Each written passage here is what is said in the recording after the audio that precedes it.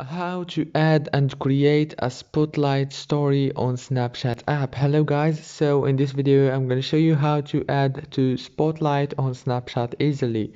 So first thing you have to do is just go to Snapchat. Now this is the home page, as you can see. Now all what you have to do is just go to the top corner and click on your profile here. Click on your picture, and now it will take you to this page. Scroll down and you will find add to spotlight, as you can see.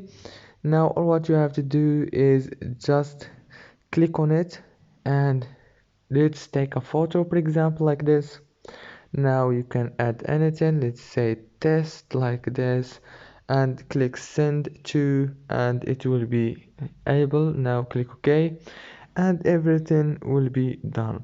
Or you can click story and click add to your story. And yeah, that's it for today's video. Don't forget to like and subscribe.